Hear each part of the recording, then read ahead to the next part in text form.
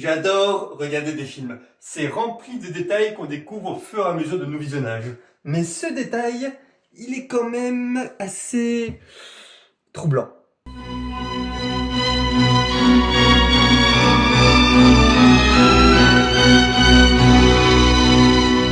L'incinérateur de cadavres, sorti en 1969, est un film tchécoslovaque de Juraj Herz. Le réalisateur notamment du très bon film La Belle et la Bête de 1978, mais cette fois-ci, Juraj Herz va nous plonger dans l'histoire d'un tout autre type de monstre, car c'est celle de Karl Kopfkingel, travaillant dans un crématorium à Prague et qui semble particulièrement obnubilé par son métier. Il est persuadé de libérer l'âme des défunts en effectuant sa tâche première dans son temple de la mort. Hřeb žehem je naprosto lidský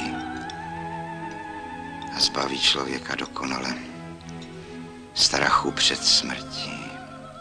Alors que les forces nazies se rassemblent à la frontière tchèque, son ancien ami Reineke, lui-même partisan de ce régime, le convainc d'être fier de son sang allemand. Et Karl se met donc à croire de plus en plus qu'il fait partie de ces hommes, non pas des soldats, non pas des idéologues, mais des libérateurs, des purificateurs même, des hommes dont le monde a besoin pour être enfin débarrassé de la souffrance. Vůdce je geniální politik. Zbavuje 100 milionový národ jeho bídy, strastí, nezaměstnanosti. Vy jste neviděli letáky, které vydala naše strana? A každý, kdo má v sobě německou krev, je povinen je odčinit. Convaincu déjà par ses propres croyances, les dires de son ancien ami va totalement le faire dériver dans cette idéologie et dès lors de son endoctrinement total, va totalement l'annihiler. Jusqu'à qu'il devienne un rouage si important qu'il commettra des actions qui vont changer pour toujours l'histoire. Utrpení je zlo, které máme odstraňovat, nebo aspoň zmírňovat. Čím dřív se člověk navrátí v prach, tím se dřív osvobodí, promění, osvítí, převtělí. Le film est réalisé de tel pour nous montrer la folie décadente de ce personnage, aidé aussi par sa voix off, considérant la mort préférable pour autrui car libérateur de l'âme. Juraj Herz nous met en scène un personnage malsain et malaisant, totalement enfermé dans la vision du monde qu'il s'est créé. Et cela, ça commence dès les premières minutes du film.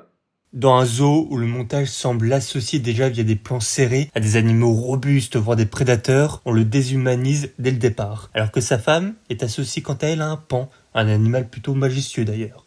Durant cette séquence, nous ne sommes pas en train d'observer une famille faisant une balade dans un zoo, nous voyons plutôt des humains déchirés, tout comme le générique déchire leur visage, comme pour les déshumaniser davantage. Avec aussi quelques choix subtils, des décadrages ou de plans filmés à travers un miroir, comme si nous voyions le reflet de cette famille. Un double plus ancré dans notre réalité, surtout pour Karl, où cette histoire de reflet reviendra à plusieurs moments du film, surtout selon moi à son apothéose, pour accentuer le basculement total du personnage. Où Karl, durant l'un des derniers actes finaux du film, où il sera totalement plongé dans sa folie, nous livrera un monologue terrifiant sur l'utilisation qu'il pourrait faire des fours crématoires, pour la nouvelle doctrine qu'il a épousée au cours du film. Kdyby byly takové obrovské společné pece, kam by se jich vešlo najednou 100, 500, 1000, dalo by se to dělat třeba za 10 minut. Pro všechny na té židovské slavnosti, co jich bylo hlavně kdybych jim dal naději, že nebudou trpět, osvobodí se, kdybych jim mohl říci, že se převtělí. Ce montage parallèle entre ce tableau montrant littéralement l'enfer, car c'est le volet droit du triptyque du tableau Le Jardin des Délices de Jérôme Bosch, qu'on voit derrière Karl et qui représente l'histoire morale et spirituelle de l'humanité à travers le prisme du péché, depuis la création de l'homme jusqu'à sa damnation éternelle. On y voit dans ce volet droit l'enfer, le supplice des pécheurs, punis, torturés par les péchés qu'ils ont commis. Mais ici, le tableau est enfermé entre deux grands rideaux noirs, et notre personnage centré devant lui comme si c'était l'investigateur de l'enfer qu'il créera sur Terre, pour purger selon lui les pécheurs. On voit littéralement son basculement lors que la caméra s'abaisse pour montrer son reflet à travers la table. Il devient une phase d'une pièce qu'il ne pourra plus se retourner, un retour impossible dans cet engrenage de la mort, où il est personnifié comme le diable. A to, že v Evropě bude nastolen šťastný řád. Vůdcova nová, šťastná Evropa. A smrt jsou jediné dvě jistoty, které my lidé máme. Par ailleurs, le réalisateur nous déshumanise son personnage principal, en isolant des bribes de corps par de nombreux plans serrés durant le film, ne nous montrant plus qu'un homme déchiré par ses propres convictions, et enfermé que dans une seule et même façon de penser. Une pensée racontée et tronquée que par sa propre perception, car nous suivons que ses pensées. Le fait que la vie terrestre n'est que malheur et souffrance. Et cette façon de penser rebondit à sa façon d'être sociable, comme quand il présente les autres salariés du crématorium à sa nouvelle recrue par leur maladie. Tak to je vrátný, pan Vrána. Dobrý den. Není chudák zdrav, má něco s játry. Dobrý den. To je pan Fenek, morfinista.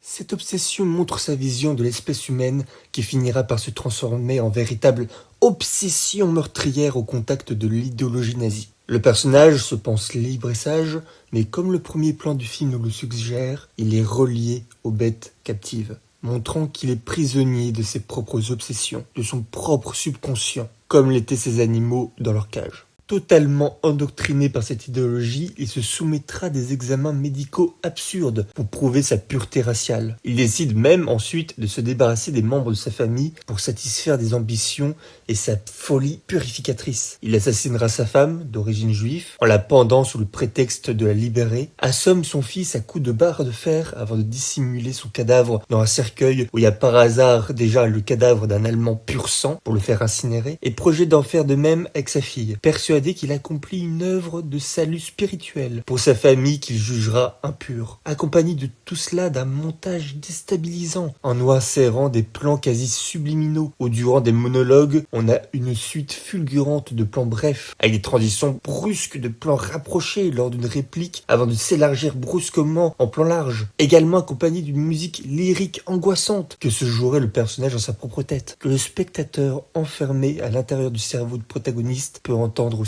Mohl byste mi říct, pane doktore, jakou mám krev? Určitě v ní nic nebude jako vždycky negativní. Ale já to nemyslím takhle, já myslím jakou, jestli krev českou nebo německou. Mais dans cette histoire, il y aura tout de même un détail dans le film qui nous montre visuellement le basculement du personnage, un détail troublant. Durant le film, une femme pâle aux cheveux noirs fait des apparitions récurrentes que seul Karl semble voir. Elle surgit régulièrement dans la vie du personnage, dans des scènes où le moment de son basculement dans cette idéologie devient de plus en plus renforcé. Vêtue de noir, silencieuse, presque irréelle, elle apparaît dans plusieurs scènes clés, mais qui est-elle? Un souvenir d'enfance? Un ange peut-être? Ou une pure imagination sortie tout droit de sa tête? Selon moi, elle est une incarnation de la conscience de Karl. Limite son dernier bout d'humanité qui est resté en lui et qui apparaît à chaque fois qu'il est sur le point de commettre quelque chose d'immoral, comme si son subconscient essayait de le prévenir, comme mise en garde muette. C'est cela qui rend la scène finale si glaçante et troublante. Après que Karl ait essayé de tuer sa fille, il est emmené par les nazis pour sans nul doute, comme évoqué dans le film, pour construire des fours crématoires dans des camps de la mort. Et là, sous la pluie battante, le spectateur, tout comme Karl, nous la revoyons cette femme. Cette fois-ci elle court, lui se retourne dans la voiture pour lui adresser un dernier regard, mais c'est trop tard, sa route est déjà toute tracée. Karl ne peut plus faire de retour en arrière, l'engrenage s'est lancé, il n'y a plus de retour en arrière possible. Sa dernière touche de conscience est maintenant derrière lui. Cette figure muette et fantomatique fonctionne donc pour moi pas comme un personnage, mais comme un symbole visuel, à la manière d'un memento mori ambulant qui souligne l'effondrement moral progressif du protagoniste, jusqu'à qu'il devienne lui-même un instrument indispensable de la machine infernale nazie. Et qui redouble d'ailleurs plus de noirceur quand on sait que le réalisateur du film, né en 1934 dans l'actuelle Slovaquie, de parents juifs, a été un survivant de l'Holocauste, ayant été emprisonné au camp de concentration de Ravensbrück pendant son enfance. Donc, ce que Uriah Hertz sait mieux que quiconque, c'est que les camps n'ont pas été construits par des monstres tombés du ciel, ils ont été construits par des Kopfrückingel, par des hommes qui avaient une famille, des convictions, une vision du monde, et qui ont laissé cette vision les emmener jusqu'au bout, sans jamais regarder en arrière, sans jamais voir cette femme sur le bord de la route. C'est ce savoir-là, ce savoir intime et douloureux qui donne au film L'incinérateur de cadavres sa froideur particulière. Car finalement, se prenant pour un sauveur universel, le libérateur de toutes les âmes du monde de l'angoisse, voire le prochain Dalai Lama, qui a pour quête de purifier le monde, comme durant la scène finale dans cette voiture, où il s'imaginera un temple ou un monastère, un lieu fantasmé par lui-même qui pourra l'accueillir, cet homme se prenant pour un homme supérieur, voire même une divinité qui pourra sauver le monde. Mám tady jednu nádhernou knihu o Tibetu. To je Potala. Palác Dalajlámy. Lhasa. Čte se to v ní jako v Bibli. Pán Bůh to zařídil dobře, když řekl člověku, pomni, že prach si a v prach se obrátíš.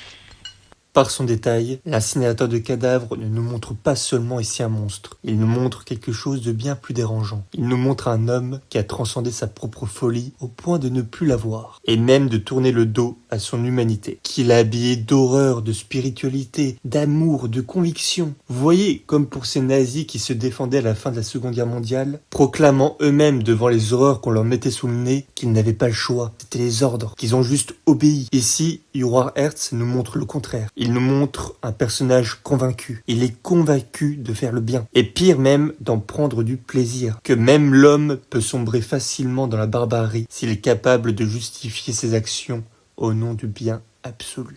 Puisque je sais maintenant que tous, malgré nos différences, nous sommes des êtres humains, Bernard.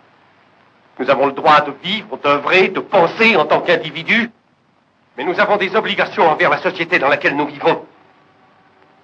De quel droit osez-vous proclamer qu'il existe une élite supérieure dont vous croyez faire partie? De quel droit osez-vous décider que ce garçon couché là-dedans était un être inférieur et devait être sacrifié? Vous croyez-vous Dieu, Bernard? Merci de m'avoir écouté, c'était le film L'incinérateur de cadavres, l'histoire d'un homme qui voulait purifier le monde par les flammes, un homme qui portait en lui une vision idéalisée de l'humanité, mais qui l'aura fini par déformer, mutiler et brûler. Et ça, ce sera son seul héritage.